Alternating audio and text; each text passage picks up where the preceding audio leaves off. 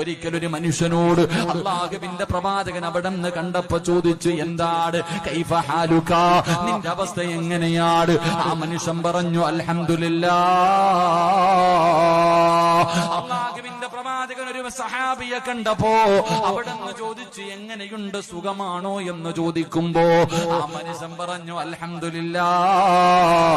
അല്ലാഹുവിന്റെ പ്രവാചകൻ അവിടെന്ന് ദുആ ചെയ്തു, അല്ലാഹ് ഈ മനുഷ്യന് നീ ഖൈറും ബർക്കത്തും നൽകണേ അല്ലാഹ്.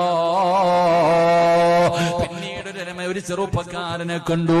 അല്ലാഹുവിന്റെ പ്രവാചകം ചോദിക്കുന്നു, യാ ഫുലാൻ, നിന്റെ അവസ്ഥ എന്താണെന്ന് ചോദിക്കുമ്പോ ആ മനുഷ്യൻ പറഞ്ഞു, സുഖമാണ് നബിയേ, സന്തോഷമാണ് നബിയേ.